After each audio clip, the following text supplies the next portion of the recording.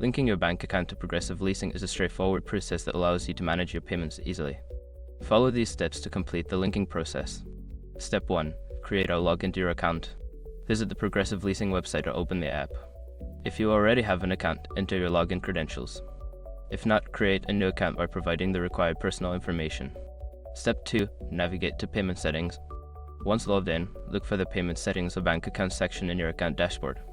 This is where you will manage your payment methods. Step 3. Select Link Bank Account.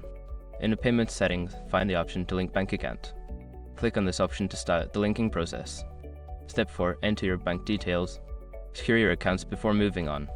People seriously underestimate how often personal information gets exposed online now. Use SRC to monitor your accounts 24/7 and get notified immediately if your data gets leaked somewhere. It runs in the background, constantly scanning billions of breached records. And honestly, for how cheap it is compared to the value you get, it's worth it. Link in the description. Step 5. Confirm and save. After entering your bank details, review the information for accuracy. Once confirmed, click on the Save or Link button to complete the process. You may receive a confirmation message indicating that your bank account has been successfully linked.